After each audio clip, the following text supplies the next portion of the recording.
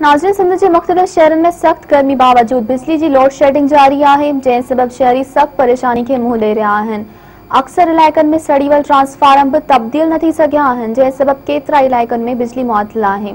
इन हवाले से असां वीडियो लिंक ते मौजूद आहिनि मुख्तलिफ़ शहरन में मेहरान टीवी जा रिपोर्टर, जिनका पुछा गछा कंदासीं। सब खां पहिरियों हलूं था सखर, जिते मौजूद है मेहरान टीवी जो bureau chief reporter Farid Soomro. जी फरीद, सखर में बिजली की लोड शेडिंग बाबत असांजे नाज़रीन के आगाह कजो त सखर में इन वक्त बिजली की छा सूरत हाल है?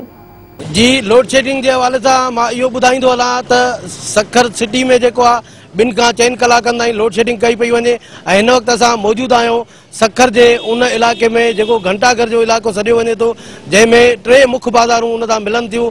गरीबाबाद आहे, शाही बाज़ार, नश्तर रोड ऐं सराफा बाज़ार, डक रोड जा इलाइक़ा जेके आहिनि उहे मिलनि था। पर हिते जेका लोड शेडिंग सां जेके कारोबारी इलाइक़ा मुतासिर थियनि था, उनमें कारोबारी ज़िंदगी भी मफलूज थी वही है। उन सां गॾु घरेलू जेका ज़िंदगी आहे उहा तमामु वधीक मुतासिर थिए थी। ऐं हिन वक़्तु गर्मी जो जेको आहे पद उहो 49 खां 48 डिग्री सेंटीग्रेड खां 49-50 ताईं हले थो। पर उन में जेको आहे त माण्हू जेको आहे तमामु घणी गर्मी महसूसु कनि था ऐं गर्मी जे करे जेको आहे उहे ॿाहिरि पिया निकिरी सघनि। केतिरनि ई माण्हुनि जेको आहे उहो मुख़्तलिफ़ पार्कनि ते ऐं वाटर पार्कनि ते जेको आहे रुख़ कयो आहे त जीअं उहे गर्मी खां बचाए करे पाण ते गर्मी जेको आहे उन जी शिदत खां बची सघिजे।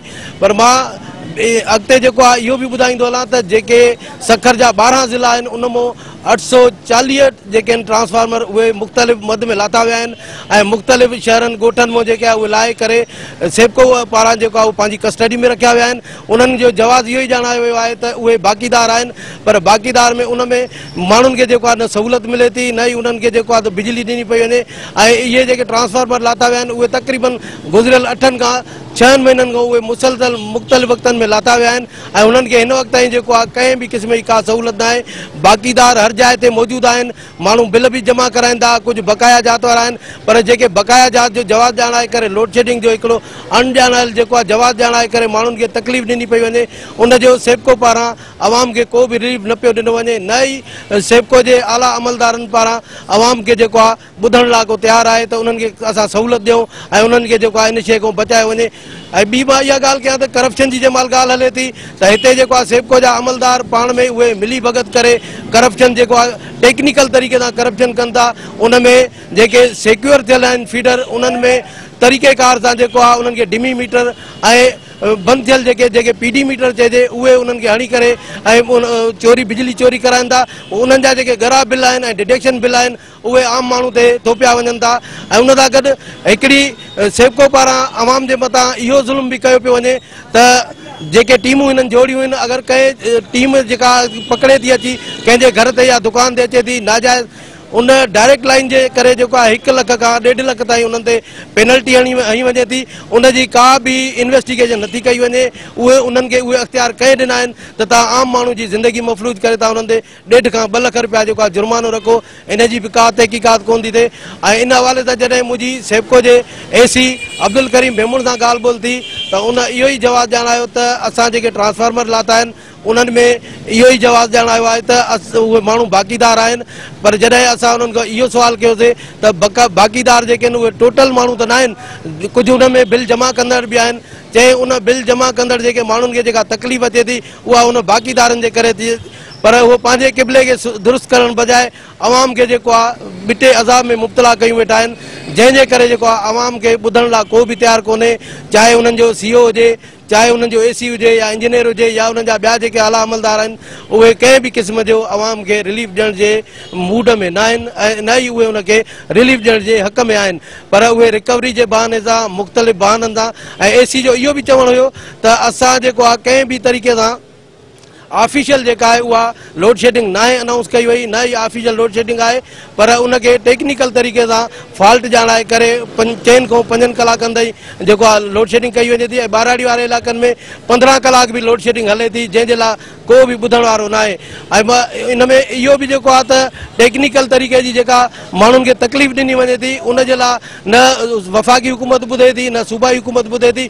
वज़ीर आज़म पारां जेको ऐलान कयो वियो त असां आवाम खे जेको आहे सहूलियत दावत ॾियूं था कोरोना वायरस जे करे जेके माण्हू लॉकडाउन में घरनि ताईं महदूद आहिनि उहे उन्हनि जे घरनि ॾे उन्हनि इलाइक़नि में बिजली बंदि न थींदी, पर हिते उहा बिजली बंदि करे माण्हुनि खे जेको आहे वॾी तकलीफ़ खां जेको आहे उहो मुंहुं ॾिसणो पए थो ऐं उन जी दाद रसी लाइ को बि माण्हू कोन्हे, न ई को ॿुधण वारो आहे। जी नाज़रीन हाणे हलूं था घोटकी जिते मौजूद है डिस्ट्रिक्ट रिपोर्टर एहसान कलवर। जी एहसान, घोटकी में बिजली की लोड शेडिंग बाबत तफसीली सूरत हाल से नाज़रीन के अपडेट कजो। जी बिल्कुल, वावडा पारा घोटकी ज़िले में भी शदीद लोड शेडिंग कई पे वने, जदें त शहर जा इलाइक़ा आहिनि उन्हनि इलाइक़नि में हथरादू लोड शेडिंग सबब जेको आहे 24 कलाकनि मां 8 खां 12 कलाक जेका आहे रोज़ानो लोड शेडिंग कई पे वने, तंहिंजे करे जेके शहरी आबादी वारा जेके रहवासी आहिनि माण्हू आहिनि उहे सख़्तु परेशानी जो शिकार थी विया आहिनि। होॾां आउं तव्हांखे इहो ॿुधाईंदो हलां त जेके घोटकी ज़िले जा जेके ॿाराड़ी वारा इलाइक़ा आहिनि उन्हनि ॿाराड़ी वारे इलाइक़नि में वावडा पारां हथरादू लोड शेडिंग कई पे वञे, जिते 24 कलाकनि मां 12 खां 18 कलाक रोज़ानो जेका आहे उहा बिजली गायब रहे थी पई, जंहिंजी हथरादू लोड शेडिंग कई पई वञे। तंहिंजे करे जेके ॿाराड़ी तोड़े शहरी आबादियुनि वारा जेके इलाइक़नि जा जेके माण्हू आहिनि उहो सख़्तु परेशानी जो शिकार थी विया आहिनि। हिकु तरफ़ सख़्तु गर्मी आहे त ॿिए तरफ़ वावडा जी लोड शेडिंग जे करे जेके घोटकी ज़िले जा जेके माण्हू आहिनि उहे गर्मी सबबु ऐं लोड शेडिंग सबबु जेके आहिनि उहे परेशानी जो शिकार थी विया आहिनि। ऐं तक़रीबन जेको रोज़गार आहे उहो बि जेको कमकार जेको आहे बिजली जी जेका मशीनरी आहे उनजे करे जेको रोज़गार बि जेको आहे उन्हनि जो सख़्तु मुतासिर थियो आहे। होॾां मुख़्तलिफ़ इलाइक़नि में तव्हांखे इहो ॿुधाईंदो हलां त जेके ट्रांसफार्मर आहिनि उहे गुज़िरियल केतिरनि ई ॾींहंनि खां वठी उहे सड़ियल आहिनि, वावडा पारां उहे बि तब्दील न पिया कया वञनि। तंहिंजे करे जेके उतां जा जेके जिते सड़ियल ट्रांसफार्मर आहिनि उहे गुज़िरियल केतिरनि ई हफ़्तनि खां या ॾींहंनि खां मुख़्तलिफ़ इलाइक़नि जा जेके उहे माण्हू आहिनि उहे बि सख़्तु गर्मी में गुज़ारण ते मजबूर आहिनि। अहिड़ी तरह घोटकी ज़िले जा जेके समूरा जेके नंढनि वॾनि शहरनि में 12 खां 18 कलाक जेका आहे उहा बिजली लोड शेडिंग जे करे जेके हितां जा माण्हू आहिनि उहे सख़्तु परेशानी जो शिकार आहिनि। जी नाज़रीन, घोटकी की सूरत हाल बाबत एहसान कलवर असांखे अपडेट कयो। हाणे रुख कयूं था कंदकोट जिते अपडेट करे रहियो आहे डिस्ट्रिक्ट रिपोर्टर गुलाम रसूल मीरानी। जी गुलाम रसूल, छा तफ़सील आहिनि? जी बिल्कुल, सिंध में कोरोना वायरस की सूरत हाल खां पोइ जेको आहे सिंध के ॿियनि शहरनि जीअं कंदकोट में भी जेको आहे बिजली जी जेकी लोड शेडिंग जो आज़ार वो घटि न थी सघियो आहे। हिन वक़्तु कंदकोट शहर में 10 कलाक ऐं ॿाराड़ी वारे इलाइक़नि में 12 कलाक बिजली जी जेकी लोड शेडिंग आहे उहा जारी आहे ऐं लोड शेडिंग जो सिलसिलो हिन वक़्त ताईं बि घटिजी न सघियो आहे, छाकाणि त कंदकोट में इंतिहाई सख़्तु जेकी गर्मी आहे उहा हिते बरक़रार आहे ऐं बिजली जी लोड शेडिंग सबबु हितां जा जेके शहरी आहिनि, हितां जो कारोबार ऐं आम ज़िंदगी आहे उहा मुकमल तौर ते मफ़लूज बणियल आहे। जॾहिं त बिजली जी लोड शेडिंग खां अलावा जेको हिते जॾहिं बिजली अचे थी त ट्रिपिंग वारो जेको सिलसिलो आहे उहो बि वक़्फ़े वक़्फ़े सां जेको आहे उहो जारी आहे ऐं ट्रिपिंग जे करे बि हितां जा जेके माण्हू आहिनि उहे सख़्तु परेशान बणियल आहिनि। जॾहिं त मुख़्तलिफ़ जेके कंदकोट जा इलाइक़ा आहिनि उते जेके केतिरा ई जेके ट्रांसफार्मर आहिनि उहे पिणु सड़ी विया आहिनि ऐं केतिरनि ई ॾींहंनि खां वठी उते ट्रांसफार्मर तब्दील न थी सघिया आहिनि ऐं उन्हनि जो मरमती कमु जेको आहे अञा ताईं मुकमल न थी सघियो आहे। ऐं जेकॾहिं हितां जो जेको शहरनि जो सां असांजी ॻाल्हि ॿोल थी आहे त शहरनि जो इहो चवणु आहे त कंदकोट में हिन कोरोना वायरस वारे हिन लॉकडाउन वारी सूरत हाल में बि बिजली जी जेको आहे लोड शेडिंग घटि करण जो ऐलान त कयो वियो हो, पर हिन वक़्त ताईं जेको आहे 10 खां 12 कलाक जेकी लोड शेडिंग आहे उहा कंदकोट ऐं कंदकोट जे भरपासे वारे इलाइक़नि में जारी आहे। उन सां गॾोगॾु जेको ट्रिपिंग जो आज़ार आहे उहो बि जेको आहे जारी आहे ऐं जंहिंजे करे जेको आहे सख़्तु गर्मी में माण्हू जेके आहिनि कोरोना वायरस ऐं उन सां गॾु लोड शेडिंग सबबु बिटे ऐं टीणे जेको आहे त अज़ाब में मुब्तला थी विया आहिनि, जंहिंखे घटाइण जे लाइ हितां जी जेकी सेप्को इंतिज़ामिया आहे उन का बि के कोशिशूं न आहिनि कयूं। ऐं जॾहिं त जेके ट्रांसफार्मर सड़ी था वञनि त उते ट्रांसफार्मर में चंदो करे इलाइक़े वासी जेको आहे उहो ठाराए करे पंहिंजी मदद पाण जेको आहे उहो ट्रांसफार्मर लॻाराइनि था, पर केतिरनि इलाइक़नि में अञा बि ट्रांसफार्मर जेके आहिनि उहे लॻी न सघिया आहिनि, जेके सड़ी वियल ट्रांसफार्मर आहिनि। ऐं उन सां गॾोगॾु हितां जे शहरनि इहो ई मुतालबो कयो आहे त बिजली जी लोड शेडिंग जो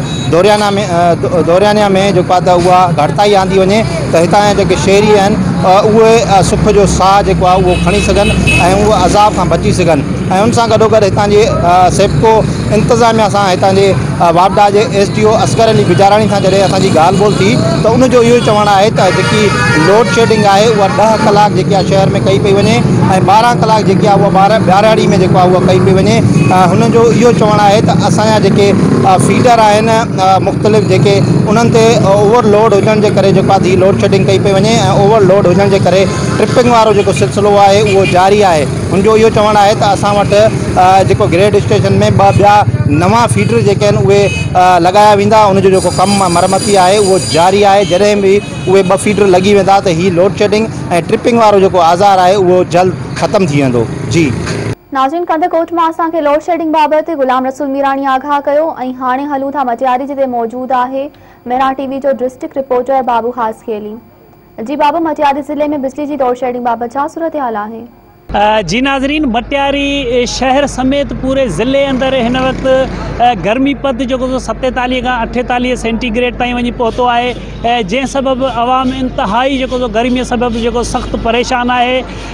तक बुधाइंदो हलां त मटियारी अंदर जेका ऑफिशियली लोड शेडिंग 6 कलाक जो जानायल है। उन अलावा जो फोर्सली लोड शेडिंग जेका है उन अलावा 8 का 9 कलाक कई पई वञे, जै सबब तकरीबन 14 का 15 कलाक जो मटियारी में जो लोड शेडिंग सबब जो आवाम सख्त परेशान है। इन अलावा तक बुधाएं त लोड शेडिंग सबब जो मटियारी शहर अंदर जो वाटर सप्लाई पीअण जो पानी जेका फराहमी है वह पिण जो मुतासिर थी रही है। इन अलावा जो कोरोना की जो ख़तरनाक वबा लॉकडाउन सबब जे मानू घरन ताईं जो महदूद आहिनि उन करे जो लोड शेडिंग सबब जो पिण जो सख्त जो मुश्किलातुनि जो शिकार थी विया आहिनि।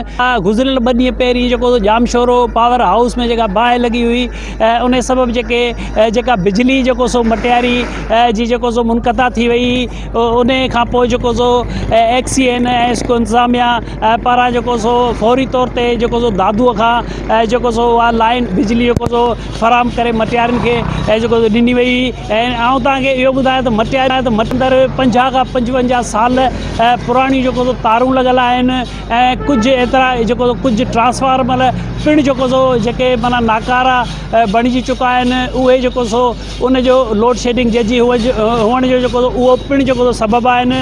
शहरनि जो इहो ही मुतालबो है, ज़िले वासियुनि जो इहो ही मुतालबो है त जिन भी शहरनि में जिन भी जो इलाइक़नि में जिन भी ॻोठनि में जेके माना नाकारा तारूं या नाकारा ट्रांसफार्मर आहिनि उहे फौरी तौर ते जो चेंज करे असांखे हिन लोड शेडिंग के अज़ाब खां जो बचायो वञे।